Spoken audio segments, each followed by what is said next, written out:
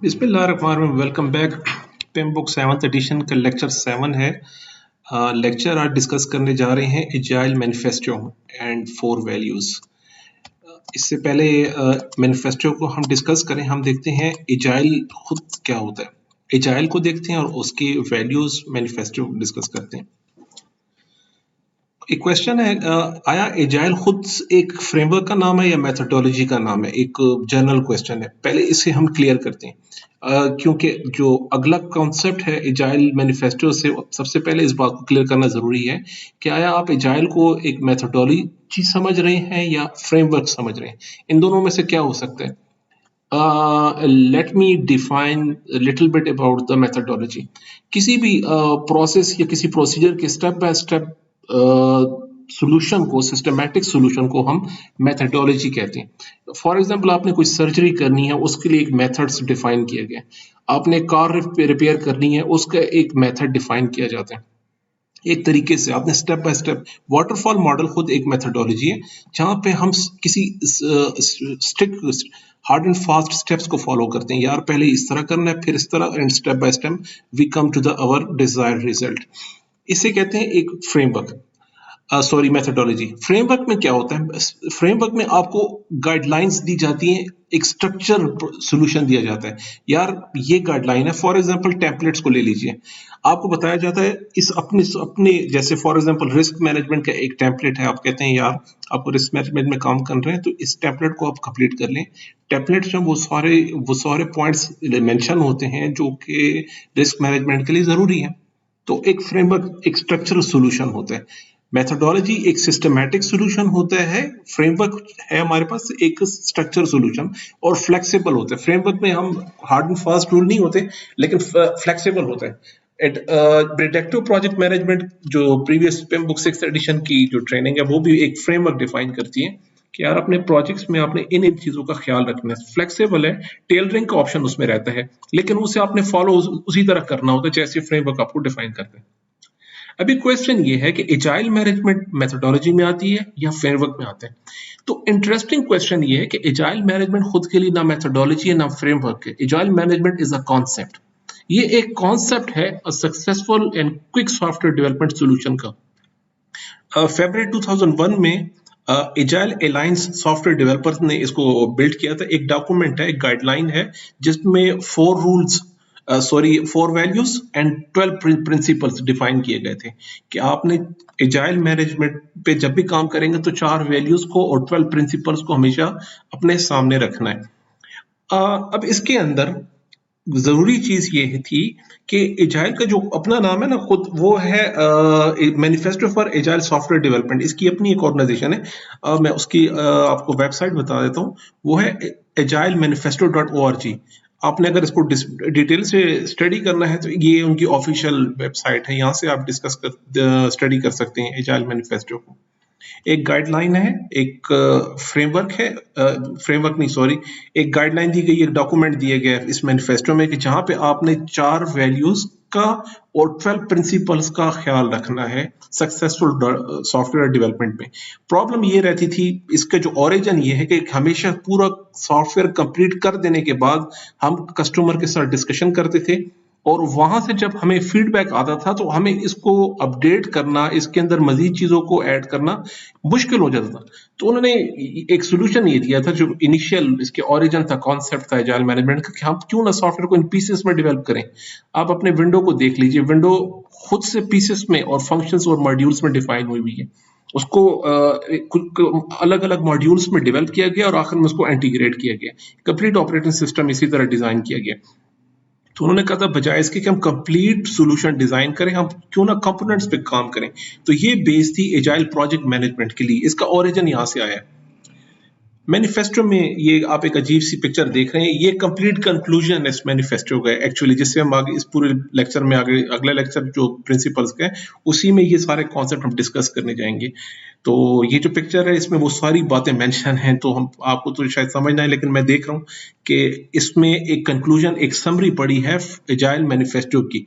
Agile manifesto का जो core concept है वो ये है flexible and adaptation, flexibility and adaptation, specifically in software development projects। Software project development projects में दो चीजों को मेक श्योर करना, एक फ्लेक्सिबल हो। Flexible what does that mean कि आपके प्लान में, आपके इम्प्लीमेंटेशन में ये एबिलिटी होनी चाहिए कि न्यू अपडेट जो कस्टमर से आ रही हैं, आप उसे खुशी खुशी और फ्लेक्सिबली और उसको क्विकली आप एकोमोडेट करें अपने डेवलपमेंट में। अगर आप पिमबुक्स की 6th एडिशन में देखेंगे तो चेंजेस को हमने बहुत ही सीरियस लिया था, चेंजेस को हम वेलकम नहीं करते। That was a sign of bad project management in PMBOK 6th edition, जहां पे हम प्रिडिक्टिव प्रोजेक्ट मैनेजमेंट की बात कर रहे थे। अभी बात कर रहे हैं स्पेसिफिकली एजाइल प्रोजेक्ट्स की, एजाइल सॉफ्टवेयर डेवलपमेंट प्रोजेक्ट्स की बात हो रही है।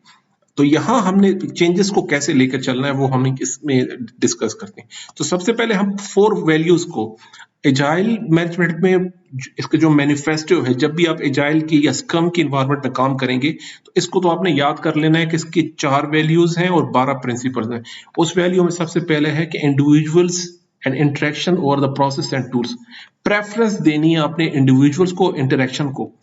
प्रीवियसली जब हम मैट्रिक्स एनवायरनमेंट पढ़ रहे थे, weak matrix, strong matrix, balanced matrix देख रहे थे, प्रोजेक्टाइज मैट्रिक्स देख रहे थे, हर इंडिविजुअल ने अपने अपने हिस्से का काम करके लेकर आना है और उसके बाद उसके इंटीग्रेशन पे हम काम करते हैं। लेकिन यहाँ ऐसा नहीं है, यहाँ पे हमने कोलैबोरेशन में काम करना है, सारी टीम को साथ बिठाना है। इवन आपका कस्टमर भी आपके साथ बैठेगा, कस्टमर को भी अपने साथ बिठा रहे हैं इसमें इंटरेक्शन में, और किसी प्रोसेस प्रोसीजर्स के चक्कर में नहीं पड़ना। आपने इंटरेक्शन को और इंडिविजुअल्स को प्रेफरेंस देनी है और एज एग्रीगेट लेके चलना है टीम को। यहाँ पे कोई भी टास्क इंडिविजुअल टास्क नहीं है। वैल्यू नंबर 1 में कोई भी टास्क इंडिविजुअल टास्क नहीं है, एक टीम परफॉर्मेंस है, एक कोलैबोरेशन, एक कंप्लीट जो टास्क दिया जाएगा वो एक टीम को दिया जाएगा। तो टीम मिल बैठ के उसके सोल्यूशन पर काम करेगी और उसके जो प्रोडक्ट है उसका टेंजेबल फॉर्म में उस प्रोजेक्ट का जो आउटपुट निकलेगा वो मिल बैठ के उसको डिसाइड करेंगे और डेवलप करेंगे। सबसे पहला रूल, सबसे पहली वैल्यू ये रहेगी। दूसरी वैल्यू ये है कि वर्किंग सॉफ्टवेयर और कंप्रिहेंसिव डॉक्यूमेंटेशन। वर्किंग सॉफ्टवेयर लेकर आना है हमने। अब प्रीवियसली सॉफ्टवेयर डॉक्यूमेंटेशन के लिए कंटेंट राइटर्स को अलग से हायर किया जाता था। डॉक्यूमेंट जो मैनेजमेंट की टीम थी वो एक अलग टीम थी।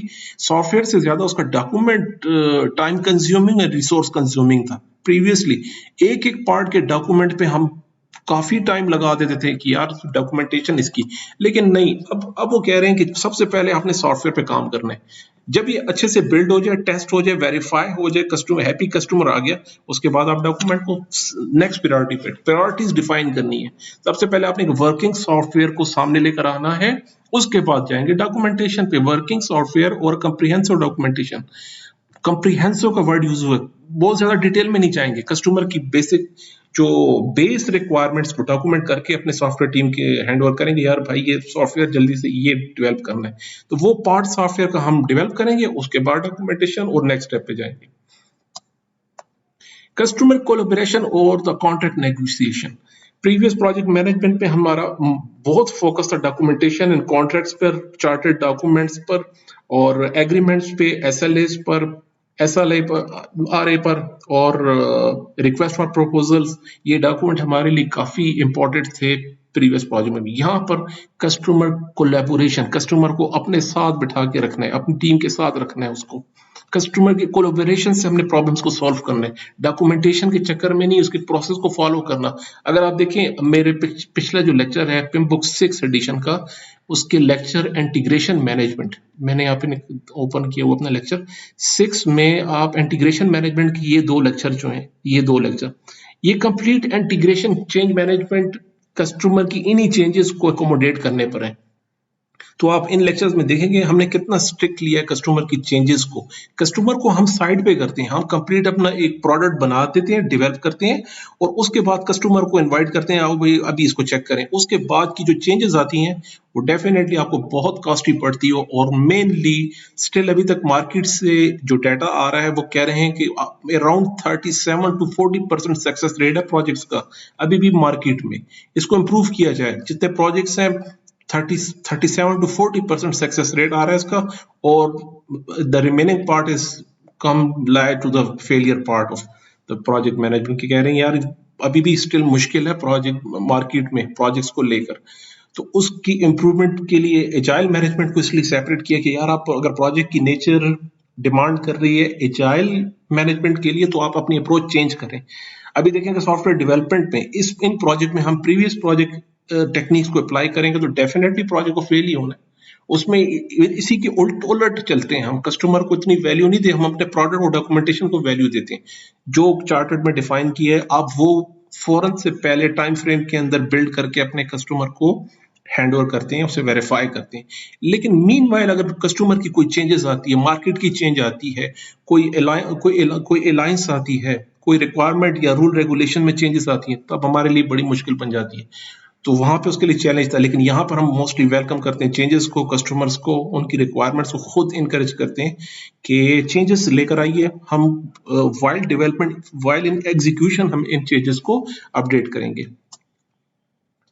4 वैल्यू है responding to change over the following a plan. जो बात मैं कर रहा था अभी वही सामने आ गई कि जिस प्लान पे आप काम कर रहे हैं उसी मीनवाइल उसके अंदर जो चेंज आए वहीं पर आप उसको रिस्पॉन्ड करेंगे। उसी मीनवाइल देखें हम प्लान कर रहे हैं, देखें बिल्ड किया, मेजर किया, लर्न किया, एडजस्ट किया, साइकिल कंप्लीट किया, फीडबैक लिया कस्टमर से, अपने सोल्यूशन को लाइव किया, फीडबैक आने शुरू हो गए, अगेन बिल्ड किया, मेजर किया, लर्न किया, एडजस्ट किया, अपने साइकिल को, अपने स्प्रिंट्स को कंप्लीट किया, फिर नेक्स्ट फेज पे एंड सो ऑन। ये है डेवलपमेंट प्रोसीजर। कह रहे हैं आपने प्रेफरेंस देनी है चेंजेस को वेलकम करना है। अगर हम कंपेयर करें प्रीवियस प्रोजेक्ट मैनेजमेंट से तो हम प्लान की एग्जीक्यूशन के बाद चेंजेस को बहुत कोशिश करते हैं अवॉइड करने की, उसे डिस्करेज करते हैं कि यार अब चेंजेस ना आए, स्कोप डिफाइन हो चुका है। लेकिन यहाँ पर इस तरह बिल्कुल भी नहीं है। आपने चेंजेस को वेलकम करना है, कस्टमर को अपने साथ लेकर, अपने साथ बिठाकर सॉफ्टवेयर को, पार्ट्स को, चंक्स को, स्प्रिंट्स को डेवलप करते जाइए, अपडेट करते जाइए, स्प्रिंट्स को डेवलप करें, आगे चलें, प्रोडक्ट को मैच्योर करें अनटिल एंड अनलेस आपका customer very become very happy with you with the solution कि हाँ एग्जैक्टली मुझे ये सॉफ्टवेयर चाहिए था जो मेरी रिक्वायरमेंट और मेरी नीड को पूरा कर रहा है। तो इसमें आप एजाइल मैनेजमेंट के प्रोडक्ट को इस तरह लेके चलेंगे। तो ये थे 4 वैल्यूज और नेक्स्ट लेक्चर में इंशाल्लाह इसके जो 12 प्रिंसिपल्स हैं उसको डिस्कस करेंगे। Thank you so much.